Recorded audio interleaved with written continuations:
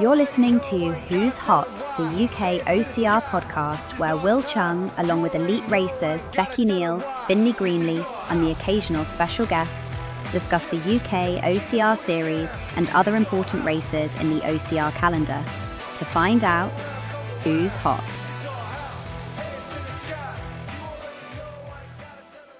Hello and welcome to the latest UKOCR Who's Hot podcast. My name is Wil Chung. I am the host and I am here, as always, with my two elite racers. First of all, I got Finley Greenleaf. Finn, how you doing?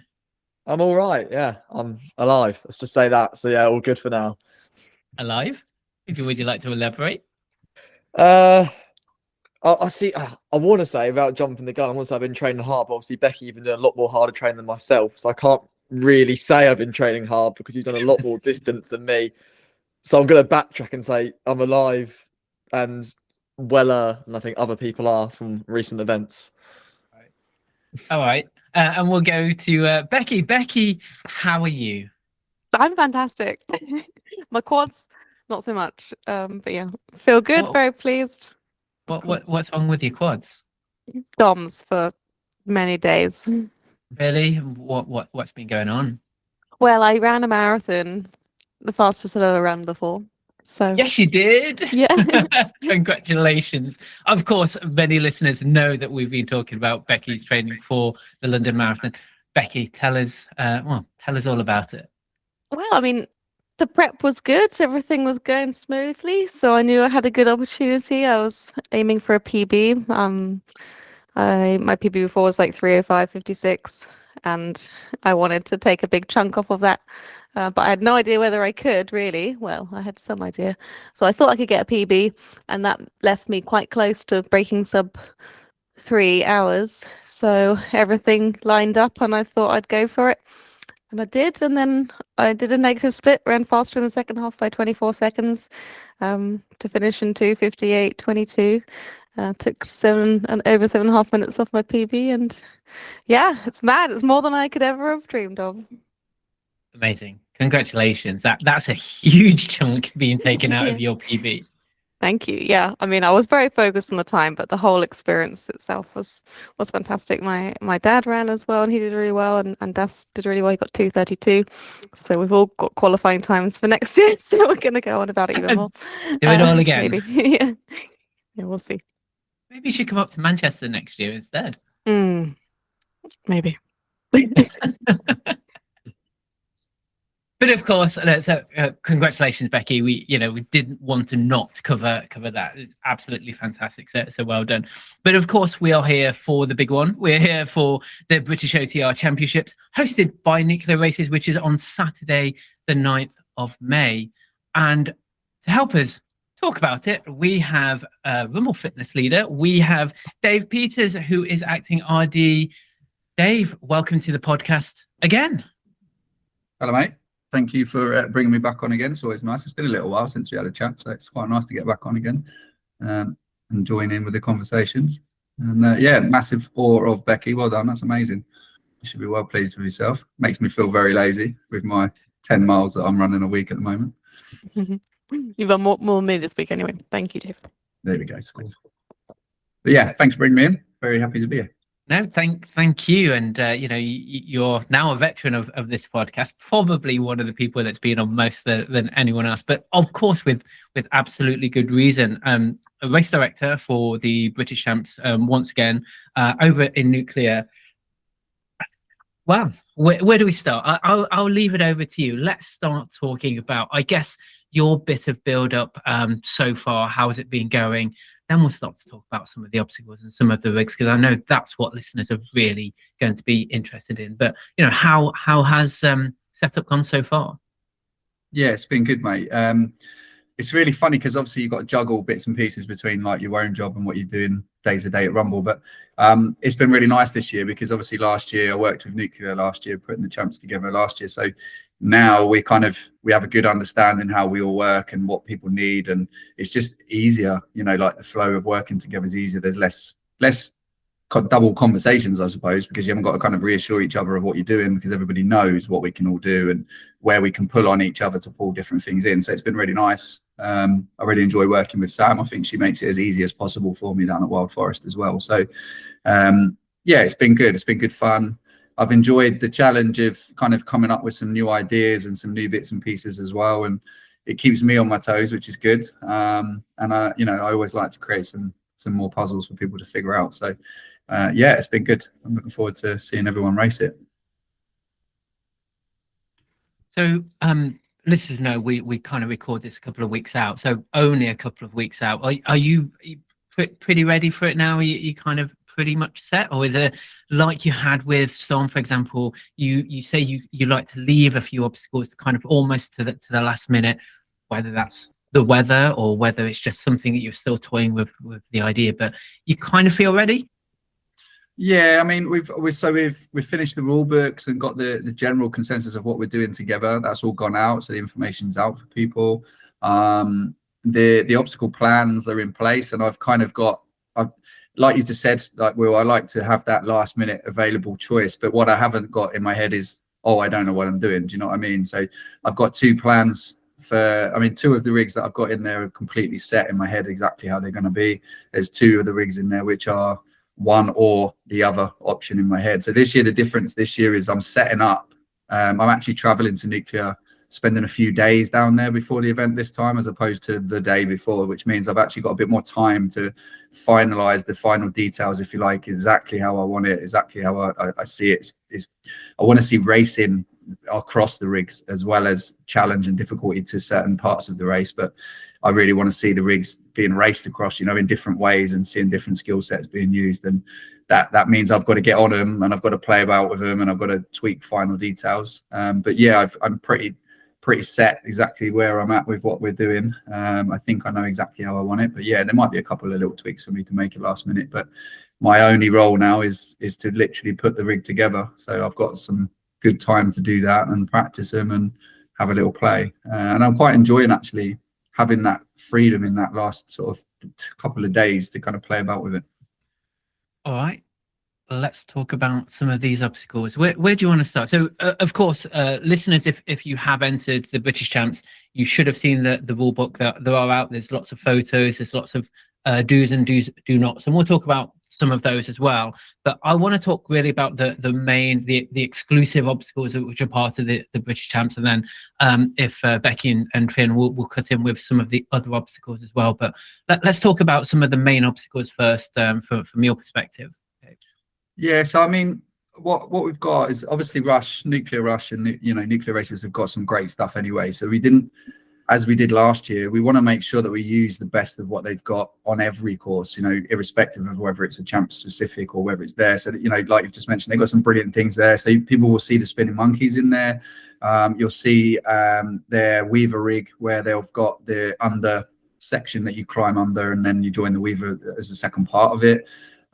One thing we have done with that is clarify the rules a bit clearer for people this year, because I know last year some people, it was in the rule book, but I think maybe they didn't necessarily fully take that in, and so there was some confusion because there's two Weavers in this race. So I really advise people to read that rule book. The under Weaver, if you like, where there's the section which comes ahead of it, so there's like some pegs that you climb underneath and then you go onto the Weaver. That rig, it effectively as one obstacle is get across from A to B, and it's do it how you need to do it. You don't need to weave that. So that will be the first Weaver they come across on the course. It's effectively down to the racers to figure out the best way for them to get themselves safely from A to B. Whereas there is a Weaver later on in the course, which is traditionally kind of over under, as you'd expect to see. So it's important to read the rule book and know exactly where they are. They're very far apart on the course in terms of their placement, but it's a key part, I would say.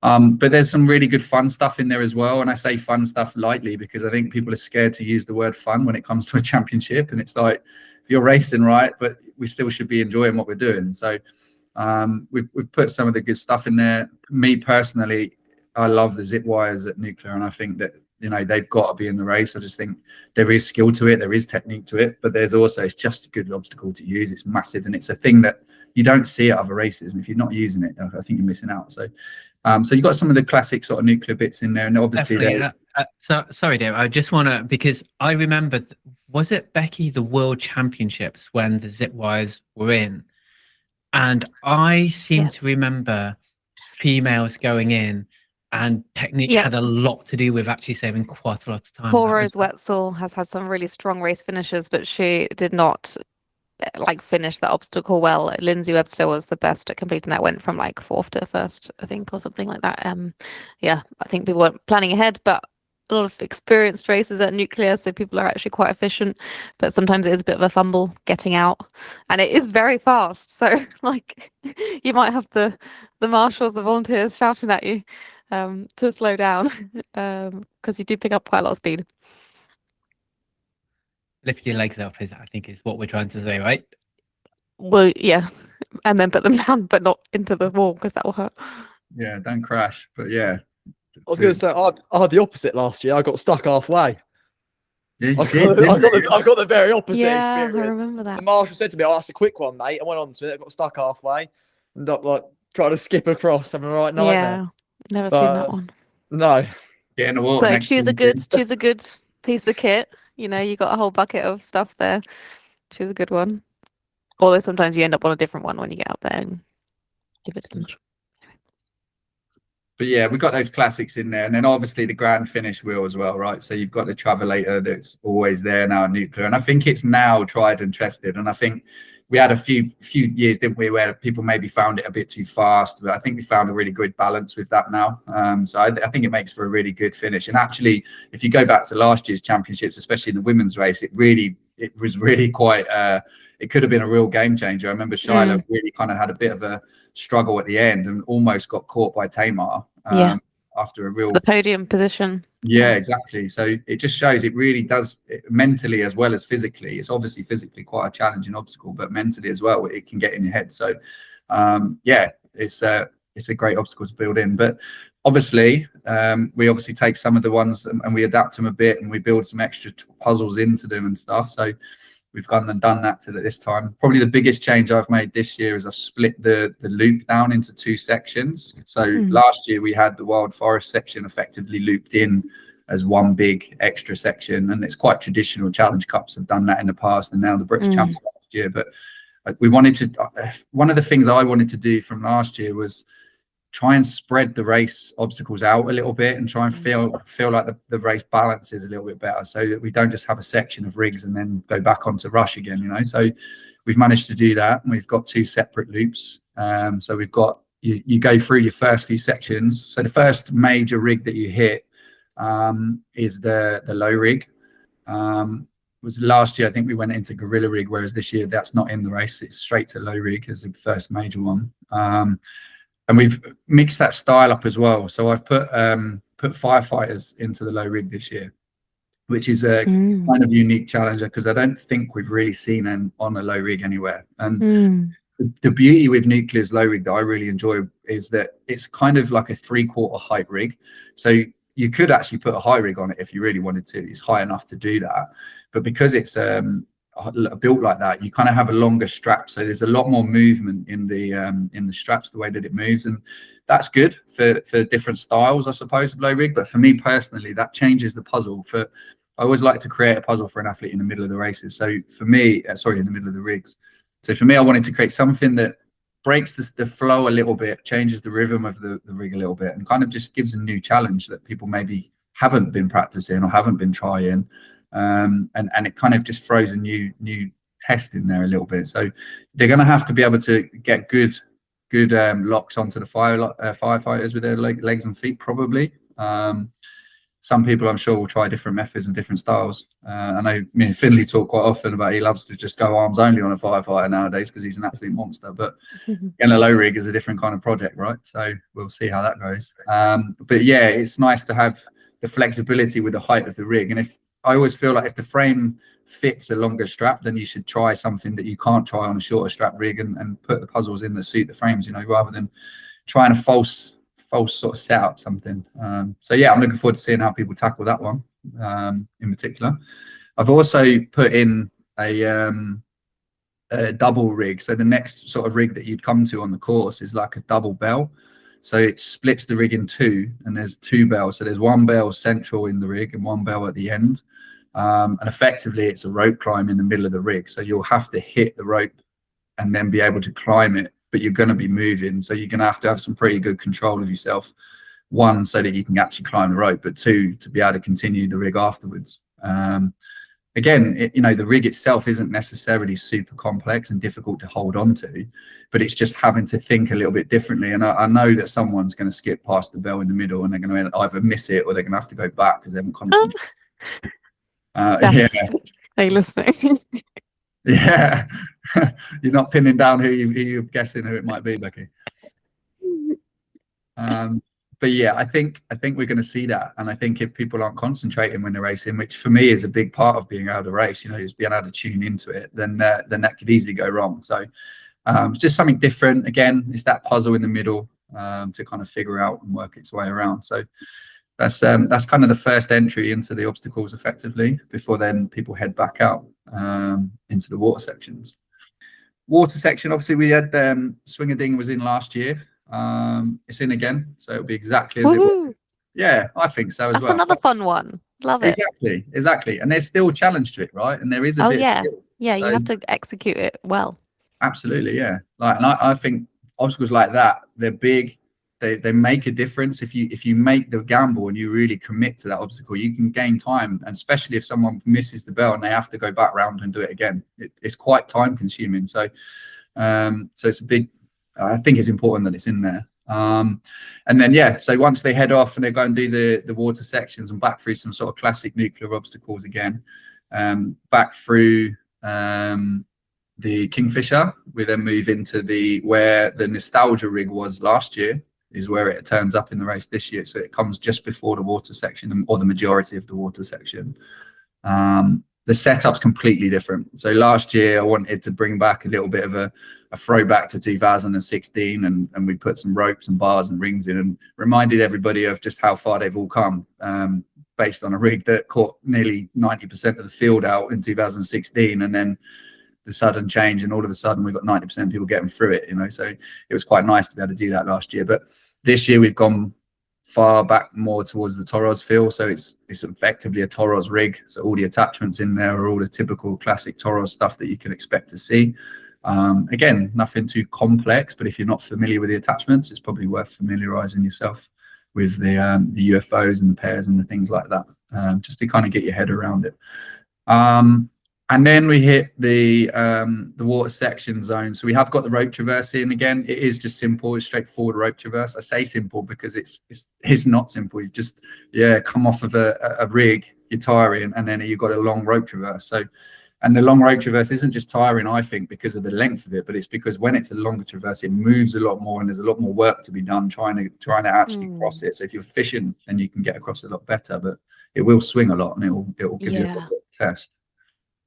I found myself going sideways quite a lot on that when I'm trying to go fast. I'm like, whoa, I'm a bit dizzy now, swinging from side to side.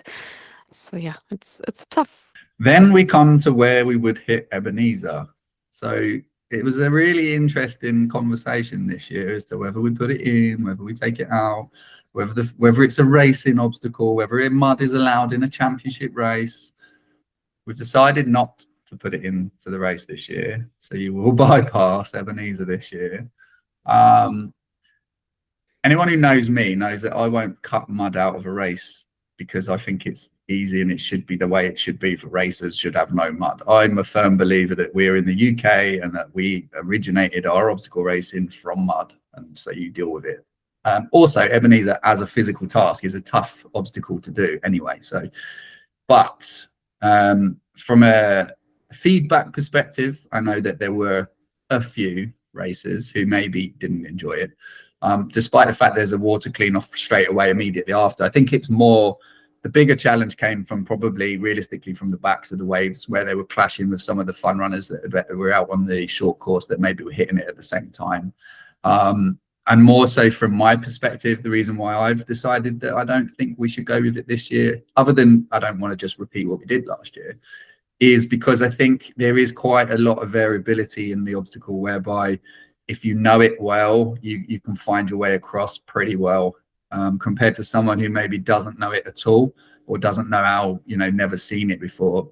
You can find quite wet, boggy spots, and you can find some drier spots that are a bit easier and clearer to get across. And I think as much as possible, if we're running a championship race, we've got to try and provide an even field for everyone. And that is maybe one obstacle which maybe doesn't quite lend itself in that sort of, I don't want to say fairness, but there's definitely some leeway either way. I don't know how you feel about that. But yeah, so it's not in. So we bypass. Through the death zone, death slide. Shouldn't say death zone. That'll put people off, won't it? Yeah. So through the death slides, and then obviously the zip wire, which we've already mentioned anyway, and then out into the second loop. So that's where we come into the second section of obstacles. I've put a drag into the beginning. So the biggest concern I had with splitting the loop up was I didn't want the obstacles to be the athletes to be too wet, too muddy, to then get on obstacles and just slip off everything. So I was quite keen to put a bunch of obstacles in before we get onto anything upper body, so that it gives the athletes a chance to dry off a bit. It gives them a chance to make sure they're not covered in mud or whatever else. You know, I mean, they should be wet if anything, not muddy. But so we've put a few obstacles in now, and I've put in a strength obstacle, which I don't often do when I'm brought in to do technical parts of races. But for me, I was quite keen to add something different to the race this year. Last year, we put the tyre carry into the jump course, and it definitely worked. It definitely gave us a different feel. So I didn't just want to repeat that. I wanted to try and mix something up. So we've put a new drag into the race, which has never been used at Nuclear before. It's particularly heavy. So it is, you know, if I'm putting a strength obstacle in, it's going to require strength to get it done. So it is quite heavy. So expect it to be awkward. You know, it's going to get in your head a little bit for those people that don't enjoy strength, and they're going to have to grit through it and really tough it out. And that's, again, you know, it's me putting a puzzle in front of you and saying, okay, deal with it. As alongside that drag, I've also added a carry to it. So athletes will be dragging a tire via a strap, and also carrying a tire at the same time. So the tire has to be carried. I've had a few people already asking, like, if they can kind of slide it onto the strap and drag it with the wheel. You're not allowed. So if you do that, you will get given a penalty for it. The tire has to be carried on your person somehow. How you do that is your call, but it cannot be linked via the strap effectively. And so you've kind of got that awkwardness to it as well. So we know it's heavy and we know it's awkward. It's also in the forest.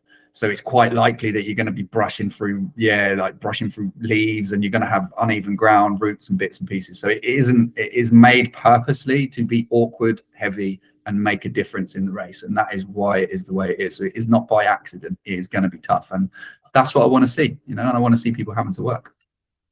How long we're saying? Not too long. I haven't been horrendously bad. I was tempted to go really, really, really long. And then I thought, if I was doing this race, would I enjoy this? And I thought, yeah, okay, there is a limit to this. So it isn't too long. I mean, suffering. Yeah, exactly. Not it's a mile of sanding. It's one of these horrendous sort of go all the way up from one end to the other end of the forest and then back again. No, it's a fair distance. It's a good challenge. Yeah, too crazy, but yeah, it will challenge athletes. Yeah, absolutely. But it's realistic. You know, there's one thing putting the strength things in and making it awkward, but I don't want to break the rhythm of the race completely. And I also wouldn't want a race to be decided on a single obstacle either. So no, it's more the weight and the awkwardness of it that's going to make the difference, and also the race in line, because it's not a straight out and back where everyone's got a lane to work in. It's an out and round, which means potentially someone can cut someone up, someone can get around in front of you. You got to race it. You know, it's got to be done like everywhere else on the course. So it's taking the inside line is always going to be your favourite, right? So yeah, so that's there. And that's the entry to the forest again off that section. So from there, you work your way up through some of the typical sort of traditional ones. You've got the tire wall in there. You've got the normal walls, inverted walls. You've got the tricep bars. You can use your feet on the tricep bars. It's not hands only. It's bars. It's feet and upper body together. I've also added in some like natural obstacles. So there's some big logs and trees that are in the forest that lay down, so you can climb over some of them. I'm a big fan of kind of just going back to the old, use what's there, and when trees are falling over, let's use them, let's go over them. So so there's some added bolts and bits and pieces in there in the forest, and like I said, it gives us that opportunity to dry people off a bit, get people accustomed to being in the forest again, and then away you go. if you're working in forest at the moment, you're probably covered in thousands of caterpillars, which I found recently, which I wasn't aware of. No one from Nuclear has ever made me aware of that at this time of year, but that's been fun. So that's an potential additional obstacle to navigate, is the thousands of caterpillars that you have to run with, which is all good fun. But yeah, so we hit from there, we're going into some more rigs. So small subtle changes, really, nothing too crazy. So the Wonka bars are in. There are ropes now, though. So when you link the up and down bars that start and finish that rig, the bar that's a scaffold pole usually that joins the two bars together, there's ropes on them bars. So they'll have to do the transition across the ropes in the middle, which one will change the technique, but two will also fatigue people slightly differently if they're not very efficient. Really disrupts the rhythm. Yeah, Really like changes it, because really- you get quite a lot of momentum going across the Wonka Yeah, bars. exactly. Yeah. Very interesting. And again, this is it, right? So this is what I do. I break people's rhythm. I try and find a puzzle and give you something different to work with in every single rig. And what I like to do is try and give everyone the entry in, so everyone gets a good flow and gets a rhythm to start it and work their way in. But then there's going to be changes and challenges. So yeah, so there's the ropes on the adjoining bar of the Wonka bars. The important part there, other than obviously staying up on you and not being feet down, is the don't touch the bar. So the actual pole that the ropes are on, you can't use. You've got to use the ropes only. So the temptation will be, especially for people that are in rhythm at Nuclear, to come off them bars and just naturally come a hand down to the pole. So you've got to be really careful, because that's where the TOs will be briefed to be quite hot on as well. And then from there, we move into the jump course without the tyre. Ooh, like some people will be buzzing. Still doing the jump course, because again, I just think it's a great addition. I think it's just another fatiguing section to work through. Even without a tyre, it's still a challenge. So it's definitely going to test something different. And then that's going to lead us out into the sort of gauntlet, if you like, of obstacles that run down the road. Quite traditional section that's used. And again, nothing's too crazy different there. The one big change we made was we made nail bite a mandatory obstacle this year. Last year it had a penalty on it. Whereas this year I've decided, no, you're doing it. So you just got to start again. If you fall off, start again. Or if you touch the wrong parts, so key thing there is to keep on the yellows. Don't be touching all the framework and the black stuff. So work your way across. And then you hit the coat hanger rig, which last year we put Soras on. This year we've decided to go with Captain Hooks. So we'll have the Captain Hooks and the eyelets, but again, the puzzle that I add in is the fact that the coat hanger goes up and down. So the first challenge is it's very low when you start. So you've really got to be aware of where your feet are when you start. The good thing is normally the challenge when I test an obstacle, You're long. Yeah, exactly. The first thing is I can reach everything. So it's like, oh, that'll be fine. And then you have to kind of work it backwards. Whereas this year, I've kind of had to challenge it myself. It's been a bit of a challenge for me to get into the rig because it's low and it's quite, the attachments are close enough to all reach, but it's the height that's the problem. So I can do it, which means if you're 6'3", you'll be all right. So we're hanging on one arm, holding on to it. I'm just describing it for anyone who hasn't done that type of obstacle before. Hanging on one arm, essentially, with your hands on like a T-bar, and on the top of that T-bar there's a hook which has to fit through a very small metal hole, which is suspended from a horizontal bar or something, which is also going uphill and then downhill, and that bar is also suspended by like moving straps. So there's a lot of moving parts in that, and also, by the way, your feet are very close to touching the floor. Yeah, exactly. It's quite a lot of like different movement there, which maybe we haven't really fully experienced. So I think you've got to be ready to adapt and stay calm, and hand-eye coordination. Oh, interesting. Absolutely. When I tested it, I filmed it because I wanted to see, exactly what you've just been talking about, Becky, like with the changes for all the directions, the heights, the precision and everything. And actually you get quite a circular motion, whereas obviously we're used to doing a lot of pendulum work where we're working very sort of swinging on the pendulum or sideways traversing in sort of a crabbing technique.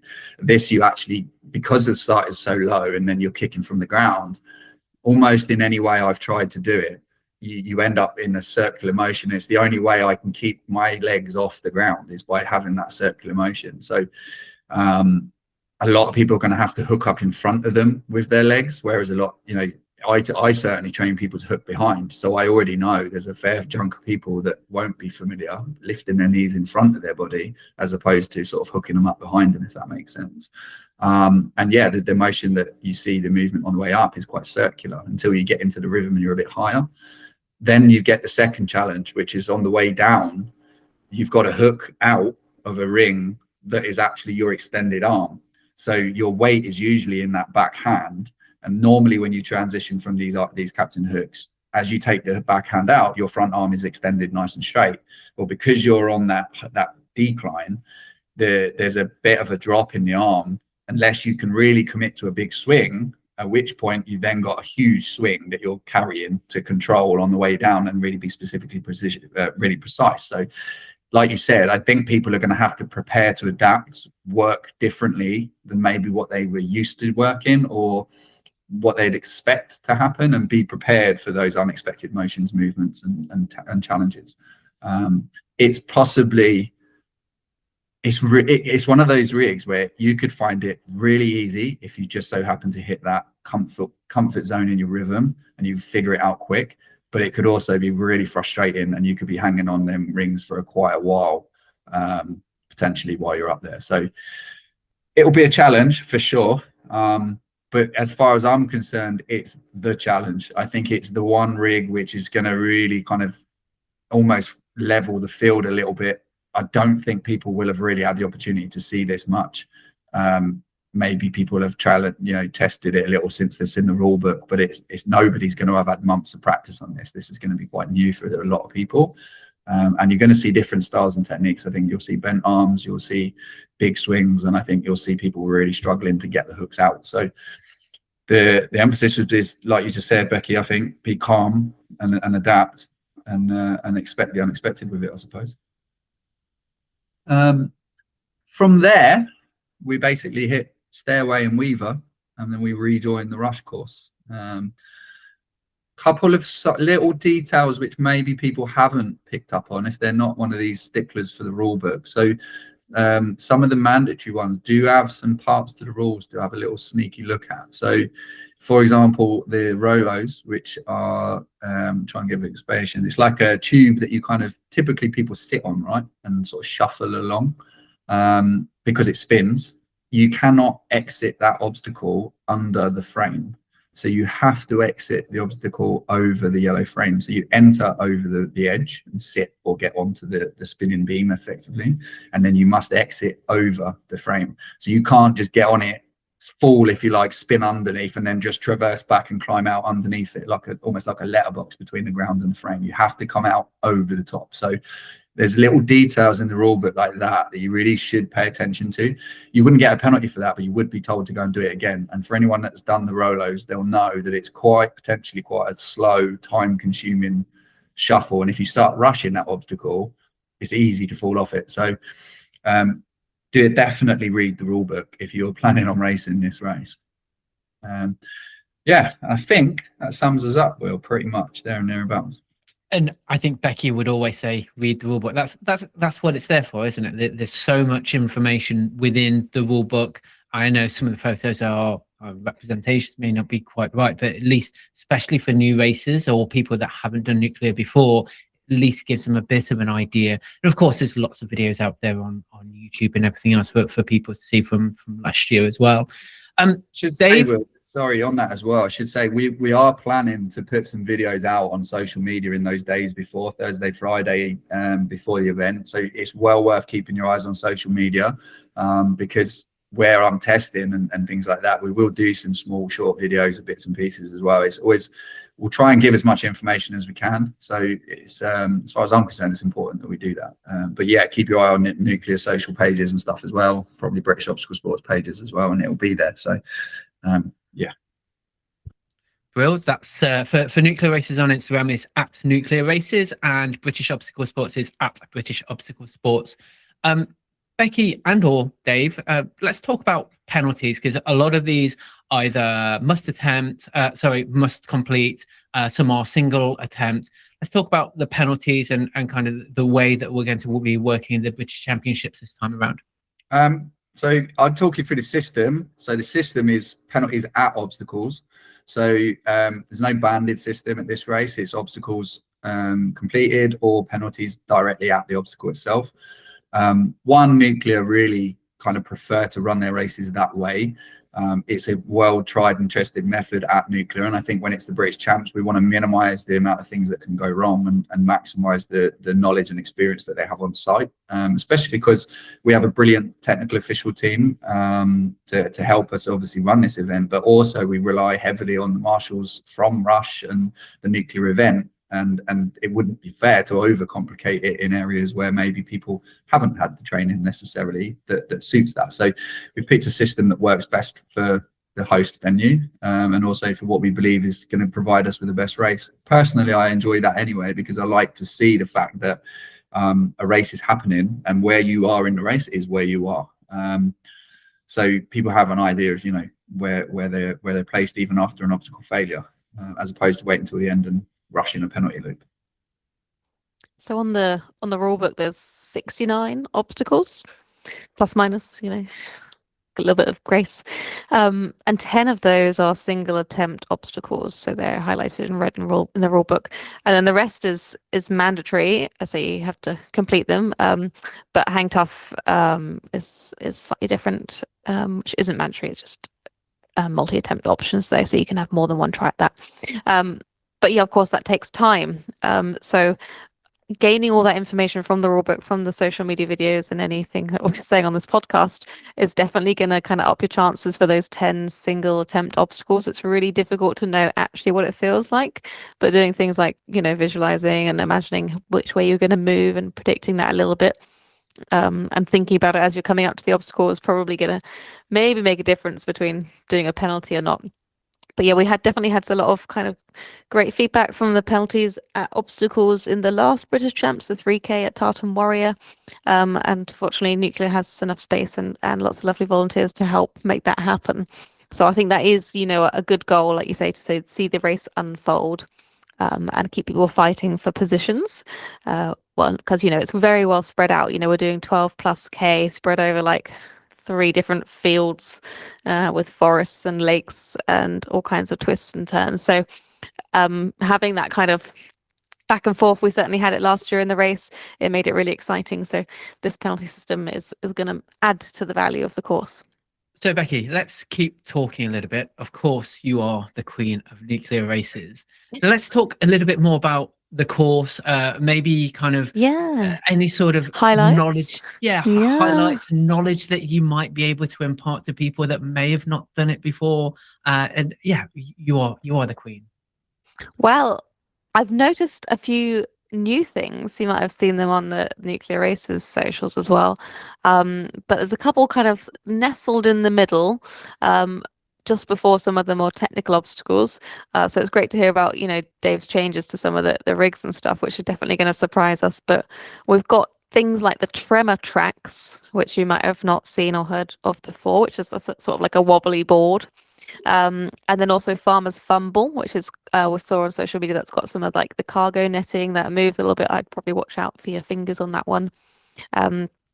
And yeah, some of my highlights for the more kind of classic obstacles probably is things like the Kingfisher, which is a kind of more advanced monkey bar. It's like a curved shape, which has quite a lot of steep incline at the start. So it's quite a different rhythm, but it's got a little bit of bounce to it. So it's suspended on straps. So that's really quite a unique one. We've talked about swing-a-ding and the death slide and the zip lines. That's iconic. There's always a great atmosphere around there with the Nuclear Angels, so the marshals that help you kind of tackle the slide, because it can be a bit daunting when you're sat at the top there. And also there's good music, and sometimes there's a little bit of like warmth around there. And also the spectators can get the bus over to that area, the lake zone. So there's like good vibes, and you might, you know, if you've got someone coming with you, you might encourage them to get over there and see that, because you can actually view quite a lot of the obstacles. But really, if you've been training in Nuclear, you will have experienced some of the forest obstacles. The changes that Dave described to the low rig sound really interesting. I hadn't really ever thought about it, like what you said with the length of the straps. Like, obviously, I noticed that when I want to know how far I'm going to swing, but like using that as a consideration for the design of a low rig is quite intuitive. So that's cool. I like to see how that unfolds. So that's got not that one, but the other one in the forest has a bell in the middle. So you don't touch the floor with your feet. It's like an extra bonus buzzer if you've done Dubai Games or if you've been to a climbing competition, and you have to like hit the middle section. That's kind of what it's akin to, which again is quite an exciting idea, Dave. I like it. But there's loads of kind of classic things like the knobstacles, the Mud Queen rings. Shout out to that group of ladies. And then like a mini version of the Dragon's Back where you have to jump across a bit of a gap, which is, so we've got these like psychological challenges at Nuclear as well. And yeah, finishing with the Travelator is really like, you really have to give it your all. Like if you've raced hard, your legs will be tired. And I'm sure like 2 hours later, you could do it much better. Or at the start of the race, it'd be much better, but it really does kind of take it out of you if you're racing across this terrain. It's quite varied, and I don't know what the ground is like at the moment, Dave, but I imagine it's quite solid. And if we've taken Ebenezer out, then yeah, even more solid. That one is a bit challenging. I end up spreading myself out like a pond skater, but it means the washing is really hard afterwards. Yeah, so some classic things in there, very varied. As I like the sound of these extra the wheel and tire drag thing. I've no idea how heavy that's going to feel, but it doesn't sound easy. And yeah, I'll see how I feel about the trade-off with the carry on the jump course. But yeah, it's really nice to see some extra things. What about you, Finn? Is there anything that you think is iconic about Nuclear? It's almost just Nuclear itself as a whole is iconic. You can't always pin something down. The amount of years, obviously, everything's been going on there. The atmosphere, the people you get arrive.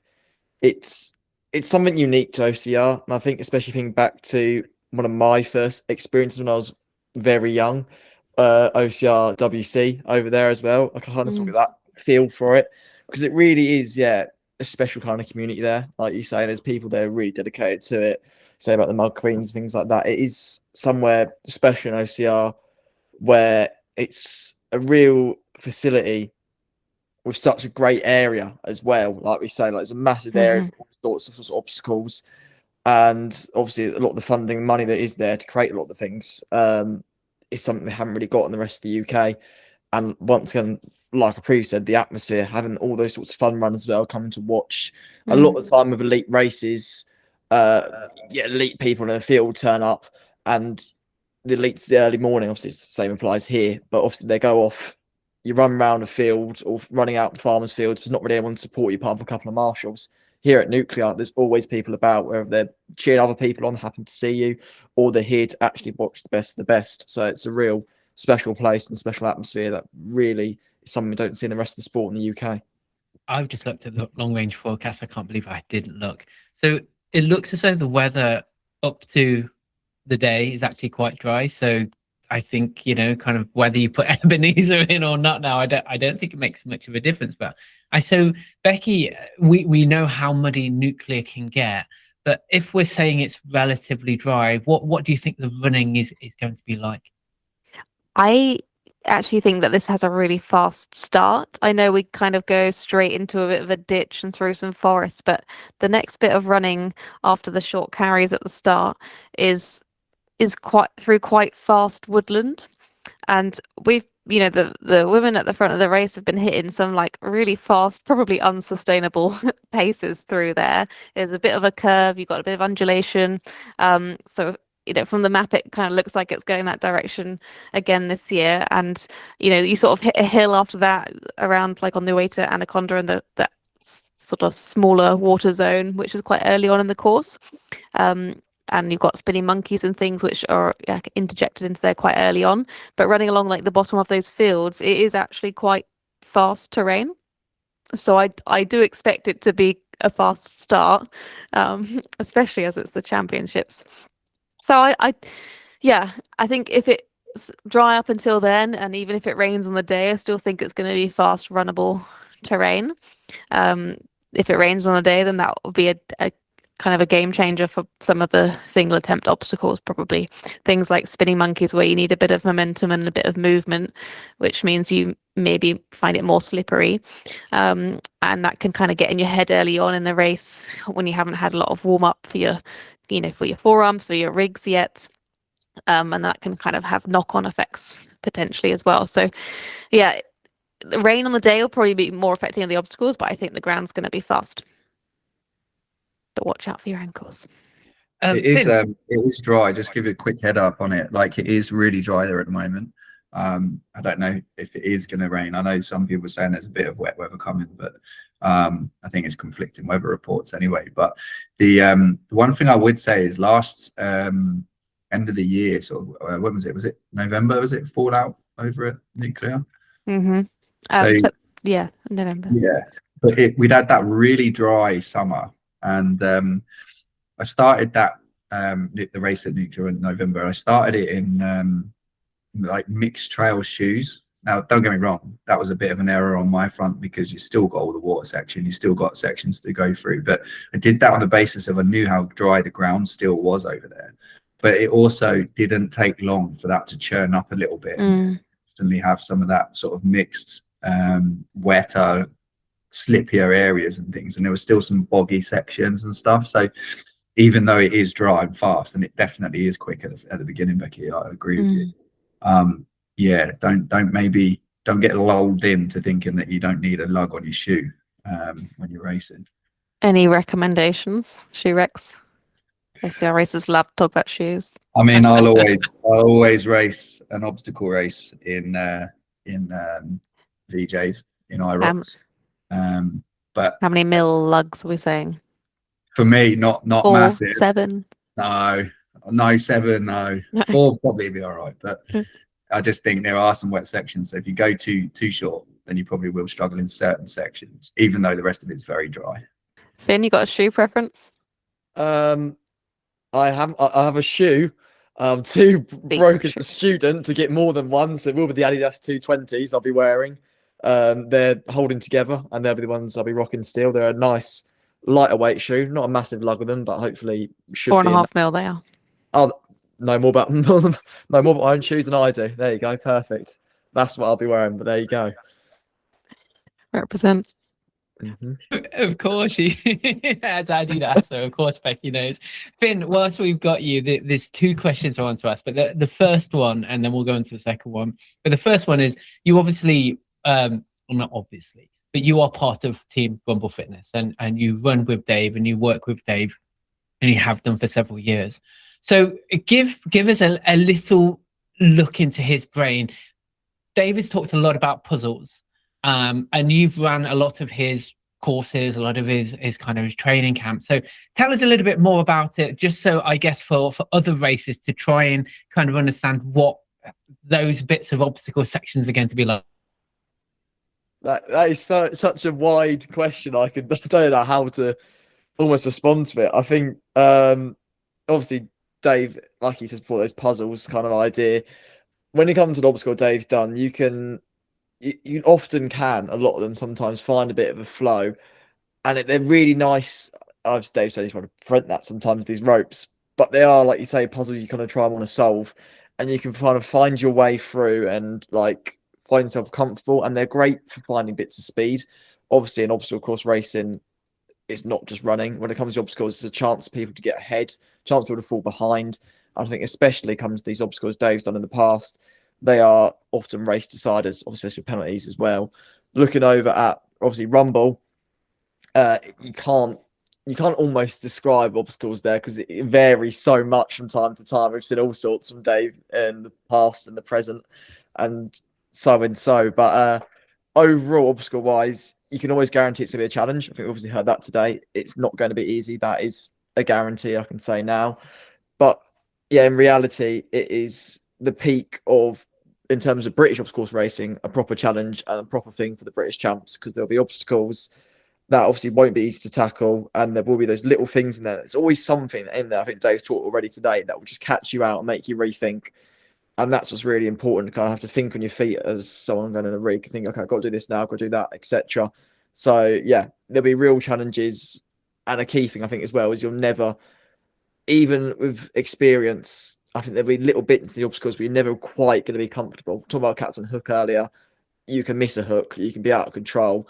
Certain rigs, you have a little slip, even foot locks, your feet can slip. So there's little tiny things. in a lot of rigs where you've kind of just got to maintain your focus and control because, yeah, you couldn't expect the unexpected, basically.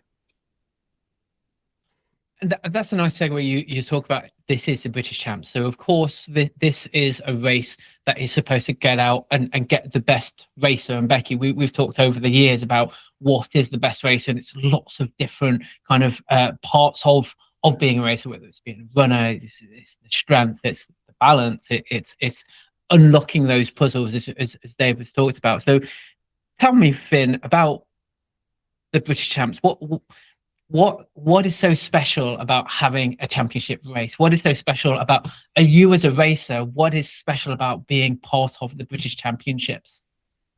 To put it bluntly, you want to be the best, and that's the place to do it. You want to be the best in the sport. We come here to race, come here to win, and that's the greatest stage in all to do it at. It's the British Champs. It's where you get that chance to prove yourself and say, look, I've worked this hard. This is that race, but this is the British Champs. This is what it comes down to. And I've proven I'm better than him, better than them, better than her on the day, etc. It's the place for people where it is the best of the best coming to face each other to find out who is number one. And that is the key for me. It's about winning. Blunt, simple. And Becky, from a British obstacle sports point of view, how important is it to have a race of this caliber, a British Championships?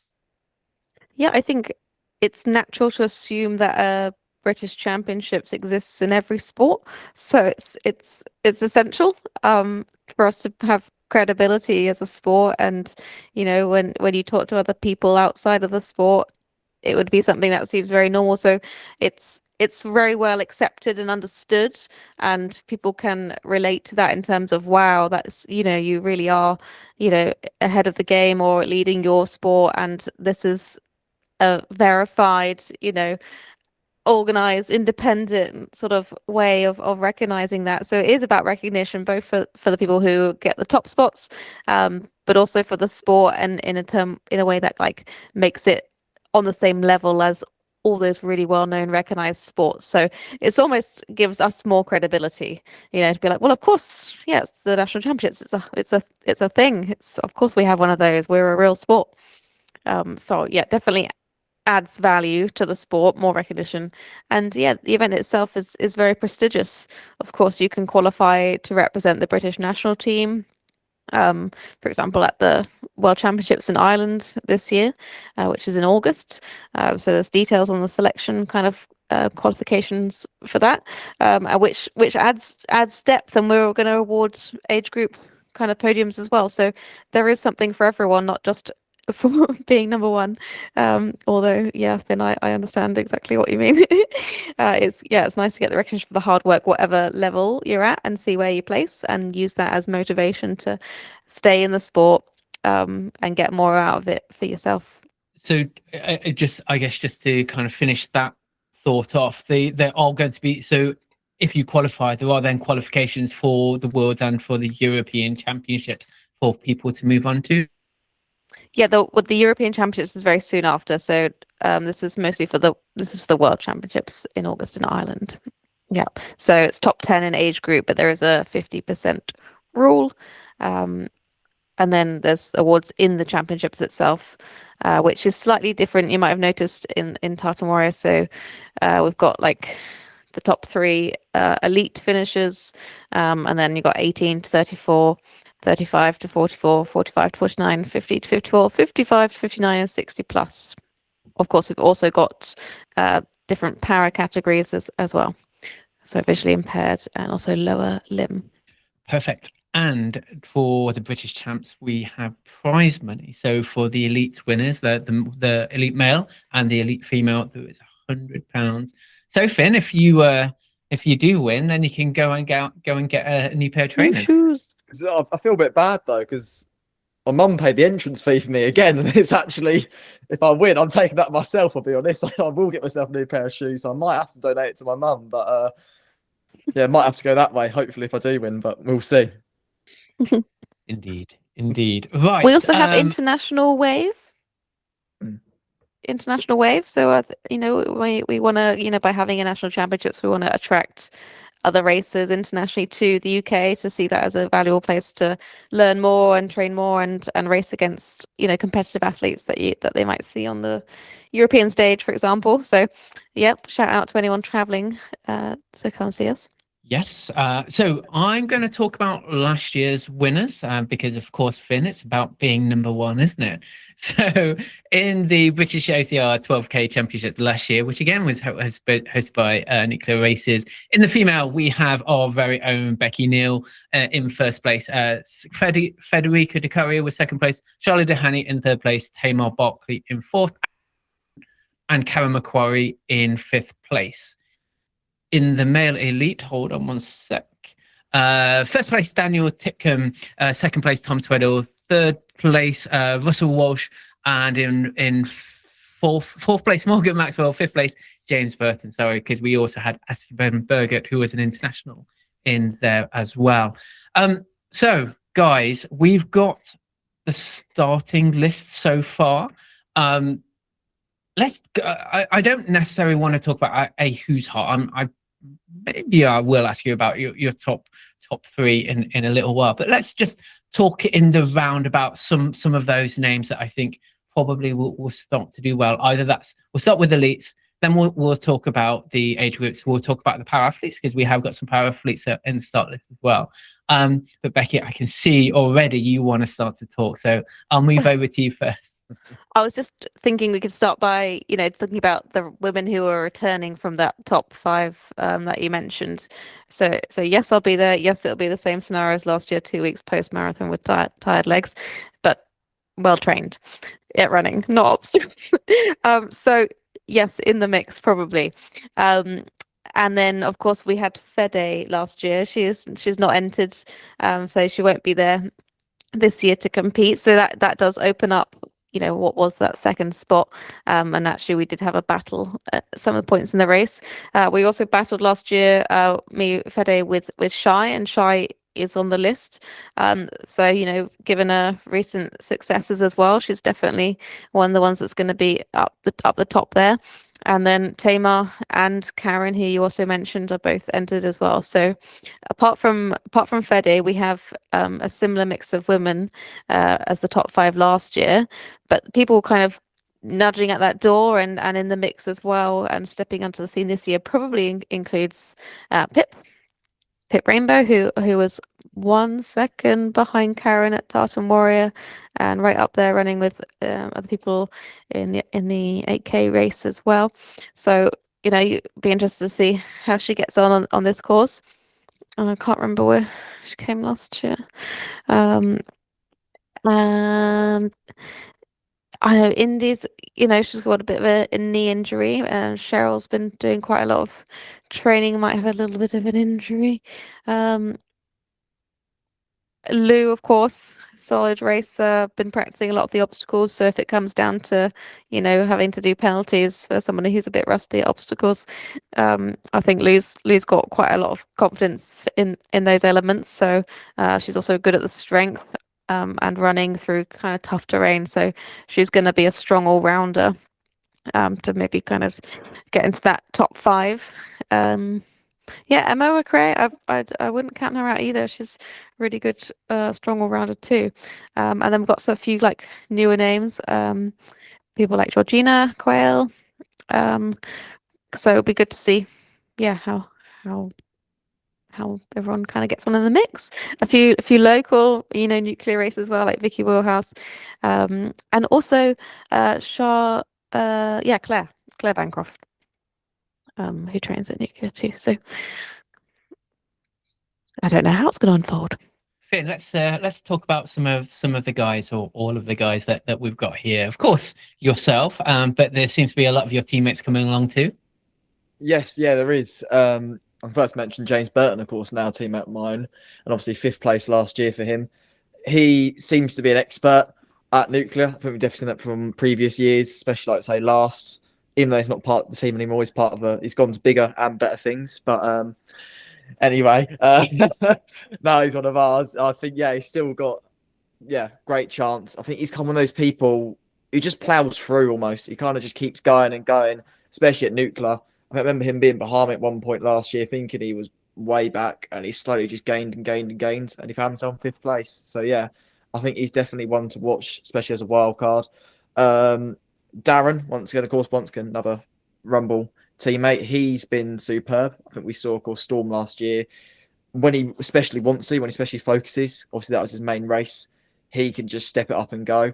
And I know his running's improved a lot. And we talk about all those strength obstacles as well. We know he's strong on the carries.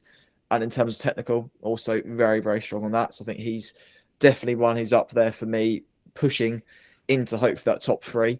I mentioned myself. No, why not? Yeah, I think also I'm obviously trying to fight for that as well. Last year, obviously didn't go right to pan for me. I'm not on pint size, so I can swear. So I'll say shit hit the fan, basically, for myself. And it kind of went a bit south. But hopefully this year can turn that around. I'm going to quickly scroll down. Ramsey as well, of course, on the list. Seasoned, he's always about. And he's hopefully, he's strong on obstacles. He might be able to find himself a good position, age cat wise as well, potentially. Gavin, that scares me actually. Didn't realize he was on here. Obviously, we saw it at Tartan. It's his home ground, but we know he's quick. Let's be honest. He's come back from injury like it's nothing, and he's acting like it's still his prime years. I need to point. We kind of need to slow down now because he keeps being too competitive for me. So hopefully for my sake, he's not that quick. But I think reality is he'll be up there as well. Good to see him once again. Jake Jolly's, I think, also one of the younger ones coming into there. Be really exciting to see him alongside Cameron Montgomery as well. It's good to see him on the start list. I think another one to be really, really competitive. Some of these younger generation athletes who will be starting to pick up and pushing. Liam Murrow as well. We've seen him of late. Hopefully, obviously, recent injuries, and hopefully he's fitting all right. Touch wood, because it'd be great to see him out there. He's looking quite strong recently. And that, for me, looking at this list, James Marigold as well, probably include him, or PT Barn Racers. He's one of those people who can be up there. And I think anyone slips up, they'll happily push up and take those spaces. So he's one of those potential ones we could see. But in terms of the men's side, that's what I'd say as well. I want to go on to the women's side. That's right quickly as well. To talk about Pip Rainbow. Once again, Rumble, but I think she's definitely an underdog. Hasn't really been looked at, I think, completely honest, in terms of that fighting the top 3 visual for a while. But I think looking after the Titan Warrior, she should be really pushing for that podium. And it'd be great to see her have it. And I think she's a real underdog in this race on the women's side of things that could do really well. But that's my not so brief roundup. I love how you're putting the cat among the pigeons there. We'll definitely be doing a top 3 who's hot after this. You've missed the big name. Dan Titcombe is on that start list as well. Don't see Tom on at the moment, but of course we're still recording a little bit early. I know sometimes you guys just come out a lot later than usual. But there's, what other name did I just go and see there? Oh, I better say hello to Tom Muscat as well. He's from Crewe, and it always comes and says hello to me in the gym. So Tom, good luck out there as well. We do have a few other, regions, people traveling from afar, obviously, our regular Scots coming to Essex. But I noticed Stephen and Beth Fell, they got married last year, and they're coming down. Haven't seen them race in a long time. But yeah, I mean, Andy Bright did well recently at Nuclear. We've also got who do I think? Yeah, lots of local guys actually from Nuclear. So it'd be nice to see like whether they have some really optimal lines and ways of achieving the things. But it sounds like from Dave's preview that won't necessarily be all that. But every little helps, right? And of course, we have missed it, but former podcast host Chris Shipley is also on that list. Yes. So it's great to see him still out there running too. Woohoo! Has anybody mentioned Morgan yet? I was saving that. Finley, he will not be happy with you, mate. No, I was gonna do a whole top 3 thing, gonna put him up there. I want to best till last kind of style. He's on the list. I wasn't gonna forget that. Don't you worry. I've seen him. I'm well aware. He's going for number 1 for sure. Mm-hmm. Let's Then let's talk about the elite, not the elite, the para wave as well. We have a number of para elites and para athletes, and Dawn Jolly's also. She pointed out that we've got an international in terms of Hans Lufdal, who is coming along. I think being supported by his brother as well. So they're really excited to come along and take on the championship course too. yeah, awesome. We've got Harrison Hendricks as well. Gabrielle Nielsen, I think, is supporting, and also Shelley is supporting Dawn. So yeah, I think we're still looking to build out the full podiums. Jamie will be around racing too. But yeah, tell your friends. Still trying to recruit Millie Pickles. All right, Finn, before you put your foot in it any further, then let's go for your top three. I'll go for your females first, and then we'll go for Becky's females, and then we'll go to the males. Becky, you can pick the males first, and then go back to you, Finn. So females. Yeah, so I've put third place Karen. I think obviously she's a very strong runner still. I think she said previously at Tartan she's come off a little bit trained, focus on other things recently, but we know she's still very quick, very technical and up there. And I think she's gonna fight for that podium. And yeah, third place for me. Yeah, simple as. Second place though, I've gone with Shy. Once again, we know she's very strong on obstacles. Recently, running wise, I think she has been slightly shorter distance focused, but like I say, we know she's done it before, been very strong. Once again, obstacle wise, it's Shy. Need I say more? Let's be honest. So I think she's definitely up there in a real contention for potentially top spot. But in reality, I've gone with I'm not doing that thing again like I did in the first one. It actually is you, Becky, first place this time. I think, yeah. We were all just waiting for it. I know everyone held their breath there, but no Becky, Pressure. Becky, top spot for me. I simple as, yeah, plenty of times in the past done it before. Endurance running we've seen obviously with the marathon, but also with, of course, Titan Warrior being ahead, looking really strong in that pole position, managed to maintain it all the way to first place. Yeah, rinse and repeat, first place. There you go. Are you sure, Finn? Because of course, you know, PB in the marathon only last week. She's saying that the strength isn't quite there because she hasn't quite. Are you absolutely sure you're going to be putting her I'm in positive, and I'm confident. I'll come back to the recap podcast and I'll say I was right. And if I wasn't, that's really embarrassing. So please, Becky, make sure. Backing. Yes, but yeah, that is definitely, I think, my set three. Like I say, Pip potentially knocking on the door can cause some upset, but for now, yeah, my top three locked in right there. Depends what Dave's put as the penalties. Becky, yeah, your female top three. Yeah, I'd like to hope that I'm gonna go for the gold. Gotta defend my title on one of my favorite race courses. So I'll be going for that. But yeah, I don't know how I'll feel. So it'll just be about hanging on at the end probably and see how much the strength stuff takes it out of me. Yeah, I definitely think Shy is gonna be up there. Like, I think it will be a closer race with Shy, Pip, and Karen. I think they'll be running, and maybe even a couple of them might be swapping positions a little bit. So I think there could be a fight for third spot on the podium. But I think it probably will be those ladies. Tamar, of course. I don't know. She's been in that mix as well, and she trains there. And she wants it. Like, she's very competitive. She works hard for it. Maybe this year it suits her even more. So it's still going to be a top 5 battle, and I think everyone's got to try hard till the very end, like till that travelator, till you're over the top of the travelator with both legs. And it could change at the very end. You know, I've been in that position with Andrea before. I've been in that position with Fede before. And of course, yeah, Shy and Tamar last year were in that position for the third spot on the podium. So it could happen like that again. But what order? Yeah. Probably me, Shy, Pip. Top 3 male, Becky. Okay. I still backing Daniel. He also did the marathon, but he was pacing somebody else, so it's probably like 10 minutes slower than what he's capable of. So he'll be recovered fine. And yeah, no qualms about the obstacle and strength demands either. But I think Morgan is there's been some fast times he's been laying down. What was it, 15 something, 15:50? No, I don't know. Fast, and I think he's going to be able to maintain that, like the course. He's got good like tractor legs as well over the terrain, and he's quite springy, so things like the jump course he handles very well. Some other people I'm thinking of who are fast runners aren't so kind of agile like Morgan is.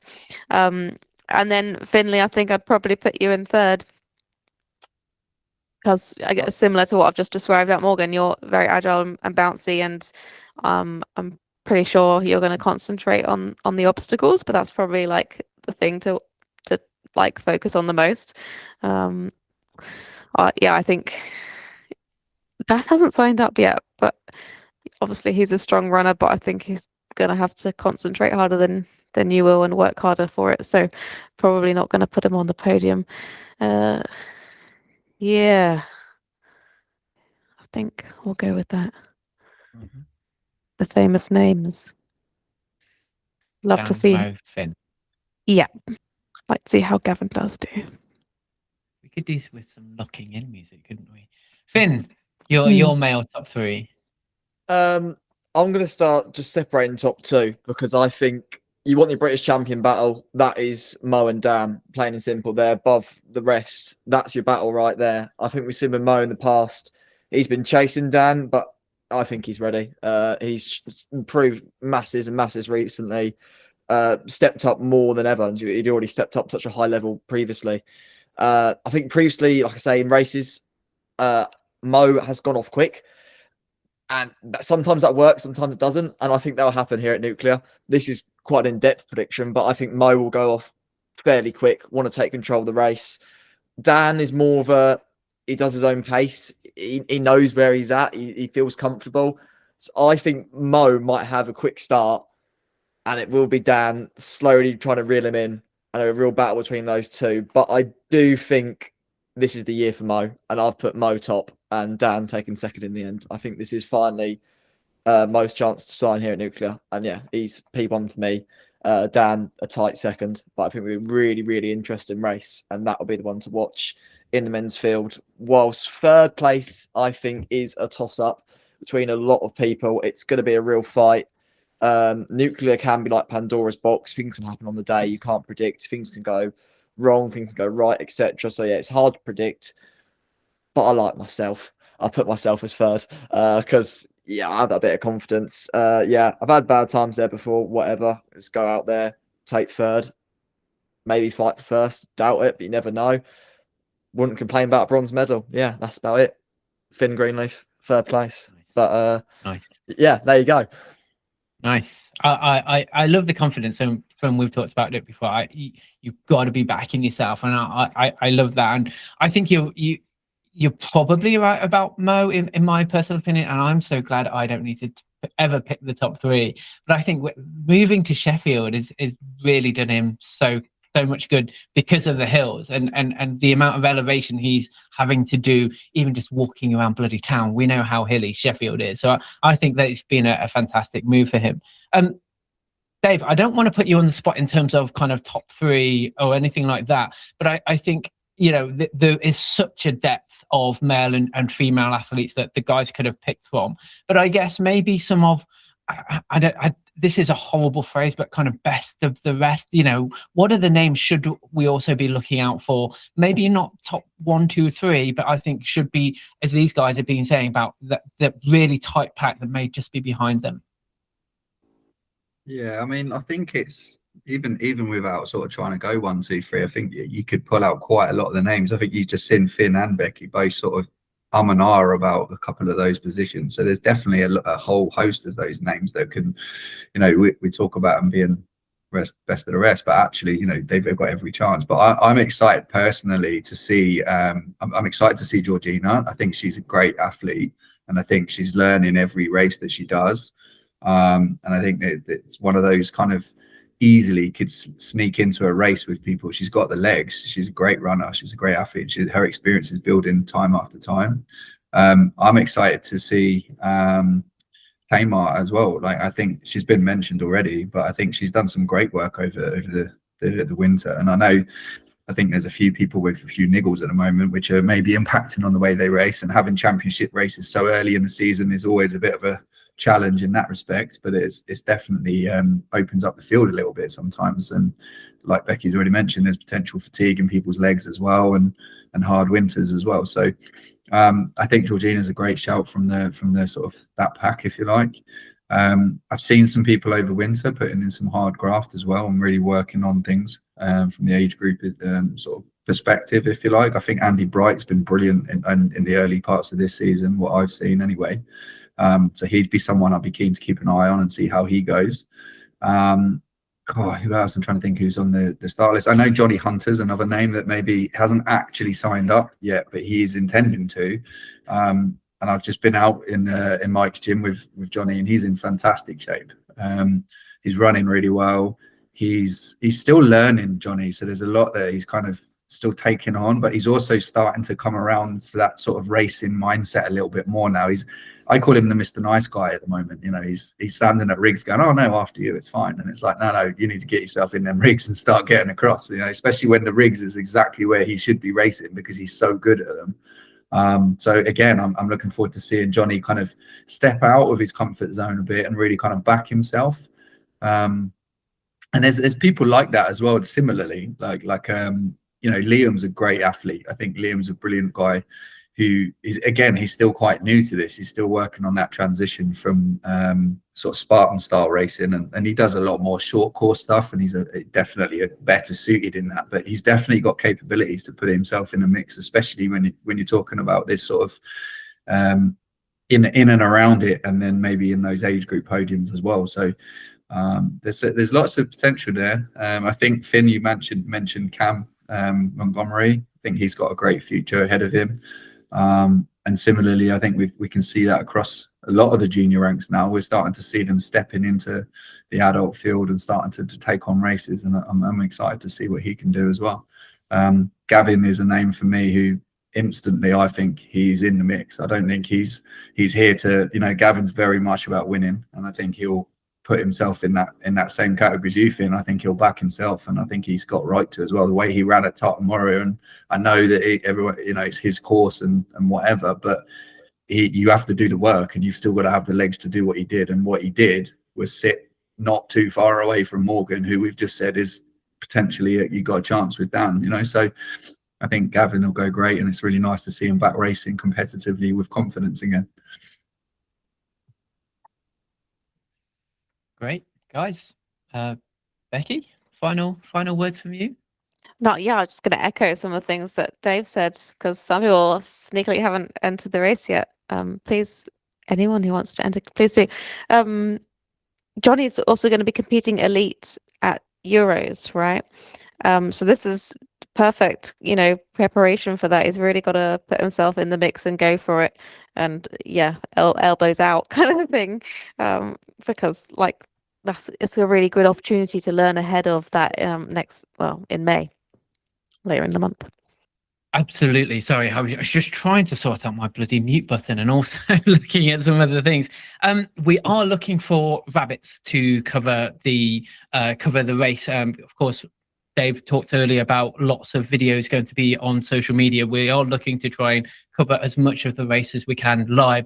So if you'd like to support UKOCR and British Obstacle Sports, please email admin@ukocr.com, or obviously drop us a message through Instagram if you are able to rabbit for the race for us. Guys, I think that is it. I'm just trying to, what the hell am I doing here? I'm in the wrong bloody place. It doesn't matter. So thank you, guys. I'm sure we'll cut this. Actually, Alan, we're definitely going to be cutting this little bit because it's all bullshit. Guys, thank you very much for your time. Becky, once again, congratulations on your sub 3 hour time at the London Marathon. You can follow Becky at the Runner Being UK. Finn, well done on just being here, being alive, being a student. You can follow Finn on Instagram at finn.greenleaf. Of course, thank you as always to British Obstacle Sports for their support of the British Obstacle Sports Championships. You can follow them at British Obstacle Sports. Of course, there's also Nuclear Races. You can follow them at Nuclear Races, and with Rumble Fitness at Rumble Fitness. If you haven't already, you should be following UKOCR across all of the social media channels at UKOCR. This has been the British Championship preview, which is happening Saturday, May the 9th. And also, guys, by the way, this is episode 100 of Who's Hot. But we will speak to you in the next couple of weeks. We'll be coming back to talk about the British Championships recap, and we'll also be coming back for some bonus episodes around the European Championships very soon. So we will see you very soon, and we will talk to you after the British Champs. Good luck, everyone. Bye. Good luck.